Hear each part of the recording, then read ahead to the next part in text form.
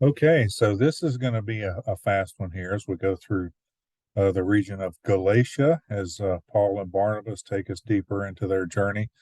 We're going to visit three places here. He's going to go to Iconium, he's going to go to Lystra, and he's going to go to Derbe, all in the mountains there as they leave Pisidian Antioch. Now, last week we saw him come into Pisidian Antioch. I went over the sermon that he preached there at the synagogue and how the Jews rejected it. And he took the message to the Gentiles and they received it. And they stayed there for some time. A lot of these things aren't recorded. Uh, the recording in the Bible is very simplistic, but he did stay in some of these places for quite a while. Eventually, the Jews there at the synagogue stirred people up enough to want to get him to leave. And you'll find here as we go through these other cities that those Jews in Pisidian actually followed them around, trying to kick them out of every community they went to. But a couple things that you're going to find that are different here.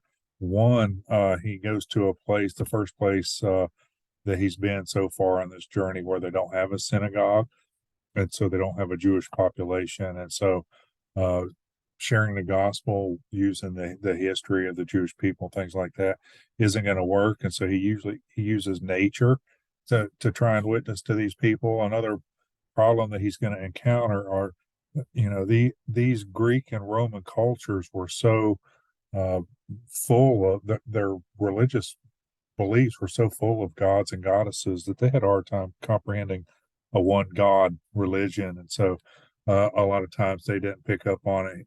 He's also going to perform a miracle here, and people are going to declare him a God and then turn around and declare him a devil. I mean, some of these things I think kind of relates to how uh, really people just aren't dedicated to their beliefs. I mean, people's beliefs are just, the Bible talks about being blown around by every wind of doctrine. And I think a lot of people are there. You can convince somebody's a God one minute and then that they're a devil the next minute. And Paul runs into that in a couple different times in his ministry. One is on the island of Malta when he's bit by a snake. They declare him a devil because he got bit by a snake, but then he didn't die. So they declared him a God. But so I think a lot of people, their religious beliefs are just fickle like that, and there's no deep uh, foundation for it, and that's why I love Christianity so much. The Bible enables us to have that deep foundation. So we're going to move fast because I'm going to go through three different cities here, and I want to look at the map. Of course, we already talked about him going to Cyprus and up to Perga and then Antioch, and so this trip he's left Antioch and he's going to come down here to Iconium and he's going to have a short time there, and then he's going to come down to Lystra, and Lystra is the city where he met young Timothy. So we'll talk more about that, and then he's going to move over here to Derbe, which is the last place that they're going to go before they start retracing their steps back, headed back home. But so we're going to cover just that little route right there here in the Galatia region, and his trip to Iconium, Lystra, and Derbe. And so let's read first. This is Acts chapter 14, will be our reading today.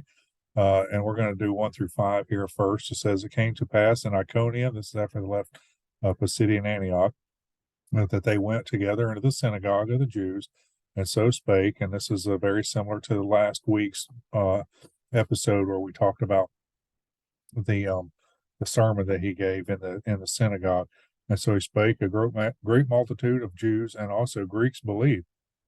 But the unbelieving Jews stirred up the Gentiles and made their minds evil, affected against the brethren. Long time before abode, they spoke boldly in the name of the Lord, which gave testimony of the word of his grace, and granted signs and wonders to be done by their hands. But the multitude of the city was divided, and part held with the Jews and part with the apostles. And then there was an assault made, both of the Gentiles and also the Jews, with the rulers to use them despitefully and to stone them. So basically, there was enough people that stirred up problems that they actually wanted to stone them, and so they ended up leaving. So real quick, I'll read my notes here on Iconium. Says Iconium was settled in 3000 BC, so that too has been around a long time. Iconium was part of the Persian Empire until Darius II was defeated by Alexander the Great. 333 BC, and then Alexander the Great's empire broke up after his death. And during the Hellenistic period, it was ruled by the kings of Pergamum. The city was invaded by Gauls in 278 BC, and the region then became known as Galatia.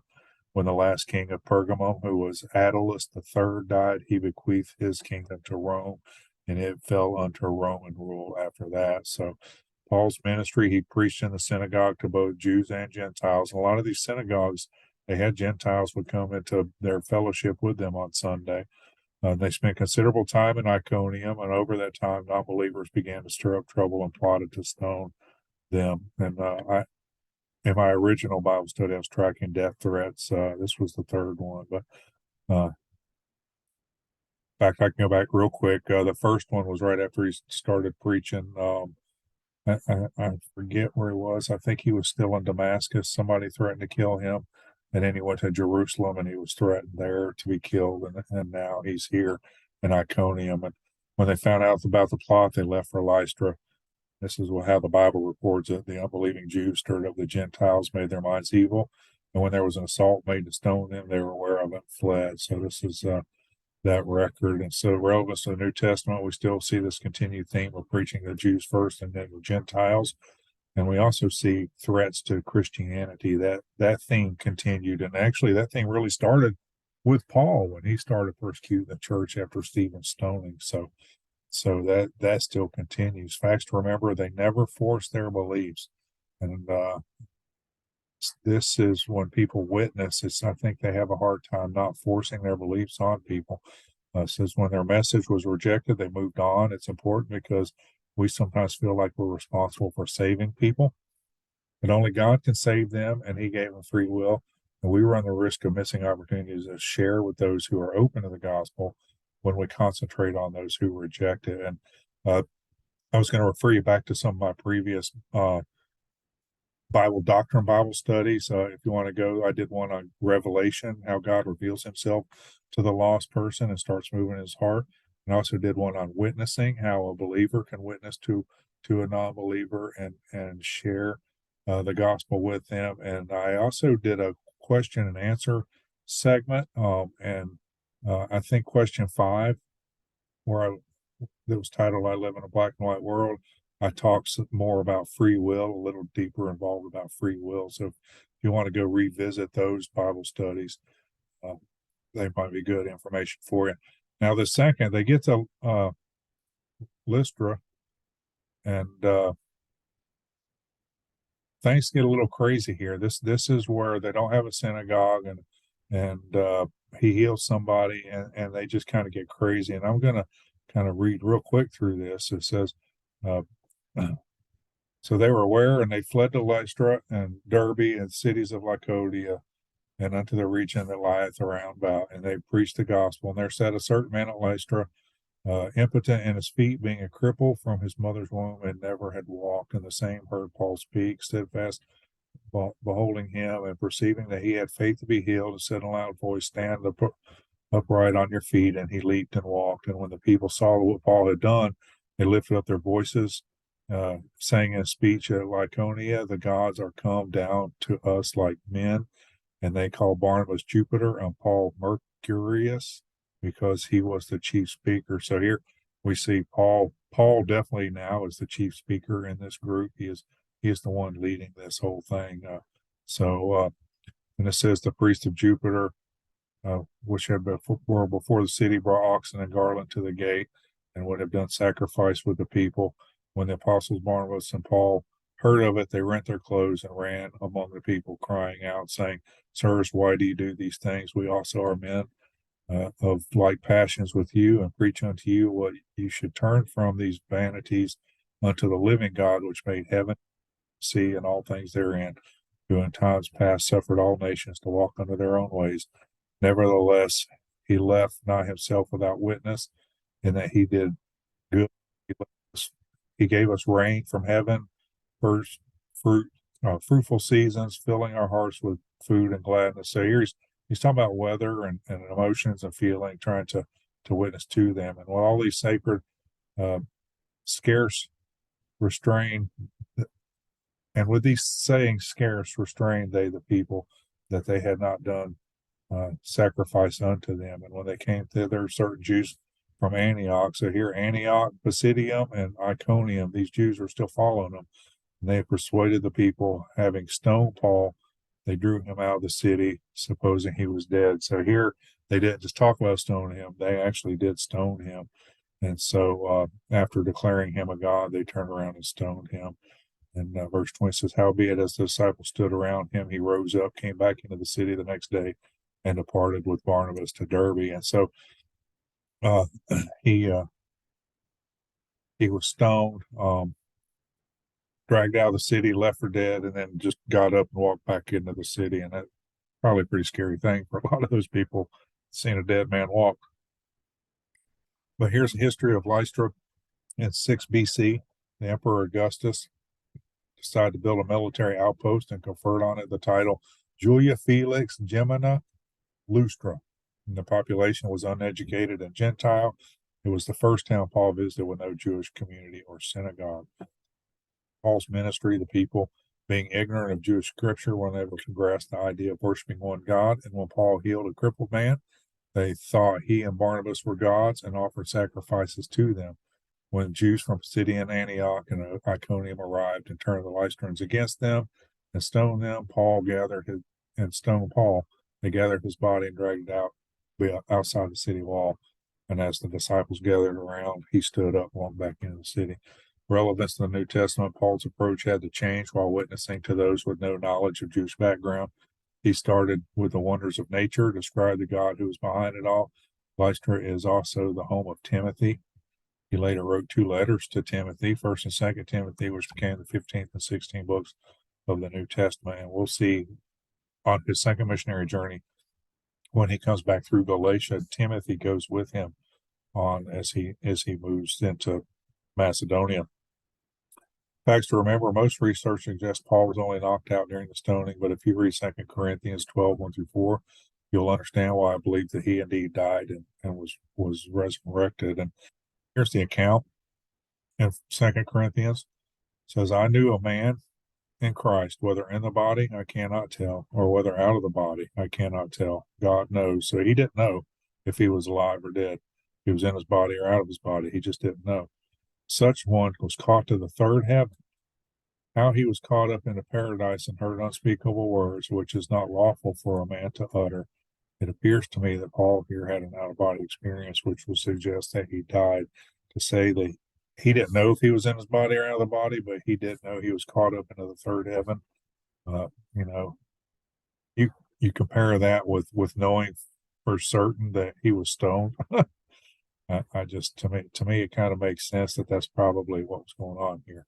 So when they had preached the gospel in the city and had taught many, and returned again to Lystra and Iconium and Antioch. So that's really all there was about Derbe.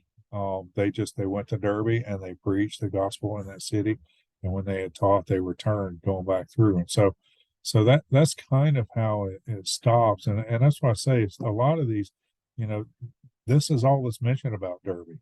They went to the city and they departed this city, went to this city and preached and then left.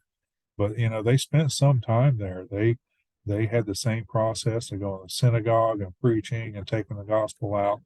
And so why some of them are reported, with just a couple words or sentences, I don't know. Others have large portions dedicated to them. I guess it was just whatever the intent of the writer when written. But so we'll talk. Derbe was inhabited from Iron Age through the Hellenistic and Roman periods, but abandoned during medieval times. The entire region of Galatia, Iconium, Pisidian Antioch, Lystra, and Derbe have become modern-day Turkey. And there's a picture of that here at the bottom of the page. Here, Paul's ministry, Acts, once again, is brief in describing their stay in Derbe. They preached the good news in that city, won a large number of disciples. At that point, Paul and Barnabas had gone nearly 2 years and decided to return home. But instead of taking a more direct route over the mountains, they chose to retrace their steps back through Lystra, Iconium, and Pisidian Antioch. Their decision to make follow-up visits gives us an example to follow when witnessing. Missionaries in the field will generally continue to follow up with visits to those they witness to.